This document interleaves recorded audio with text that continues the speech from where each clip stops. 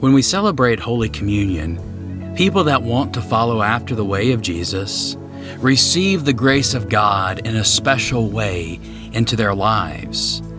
In this instructional video, we want to help you prepare to receive Holy Communion as we celebrate it online together.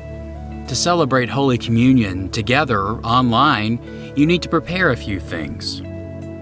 First, you need to choose a special plate. It doesn't have to be an expensive plate, just something with special significance to you.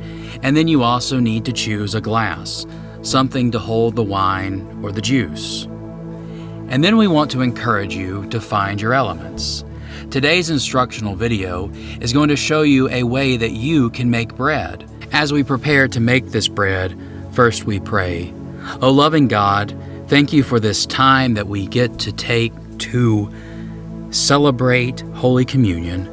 I pray that you bless this process of making bread and bless us as we receive your grace.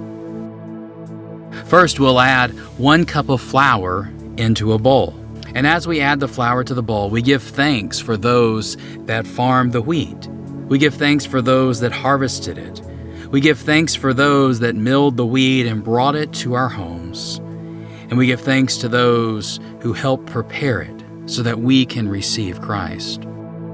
Next into the bowl goes a pinch of salt, and if you would like, you can also add about a half a teaspoon of baking powder.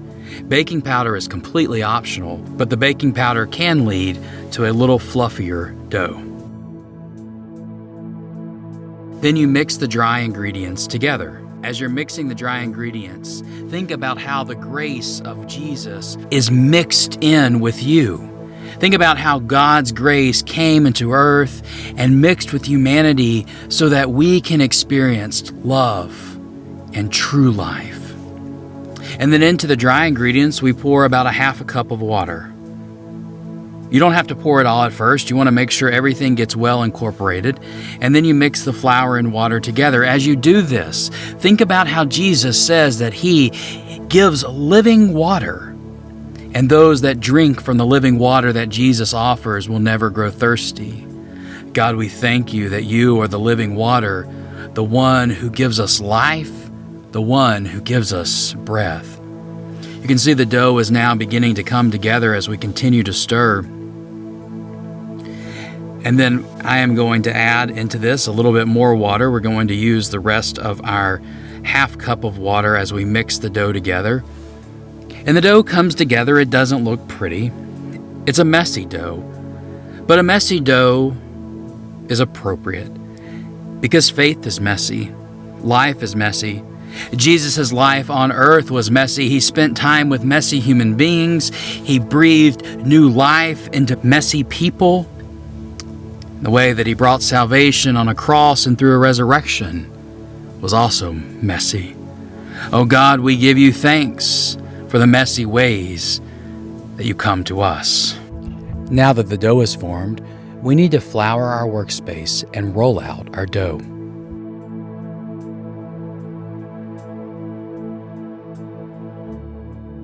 And at this point, we'll move into kneading the bread. There's not any special way to knead this bread. All you need to do is work it for perhaps 5 minutes. It's a little bit of a messy affair, but as you knead the bread, think about the life of Jesus rubbing off on you. As the dough sticks to your fingers, reflect on how God's grace rubs off on you and intersperses into your life.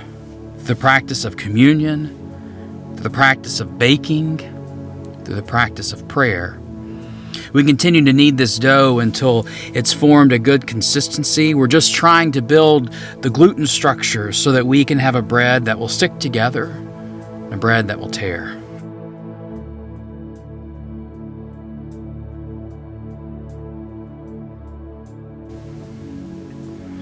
When the dough has come together and you're satisfied with the way that it looks, take a piece about the size of a golf ball.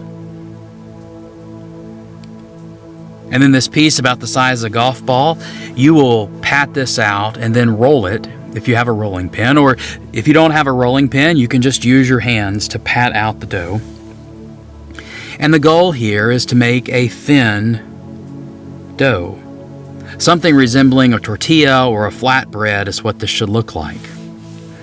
Don't be afraid if the dough tears, or be afraid if the dough sticks to your rolling pin.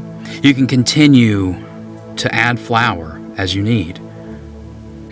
Now, when our dough has been sufficiently rolled out, we're going to move it over to the pan. We're not baking this bread, we're going to heat it on the stove. To get ready to cook the bread, you need to get a heavy skillet and get it hot over medium-high heat. And then all you have to do is place your bread into the skillet.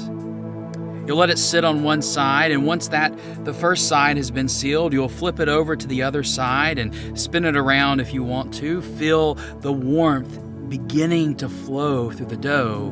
And then once both sides have been sealed, you'll flip it back over to the original side and allow it to cook.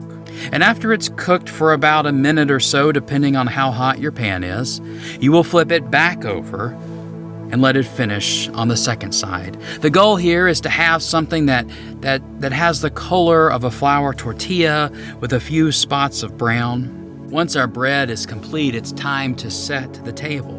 When it comes time for worship, all you need to do is to take your plate and your cup that you have reserved and set it in front of the place you'll be watching and participating in worship.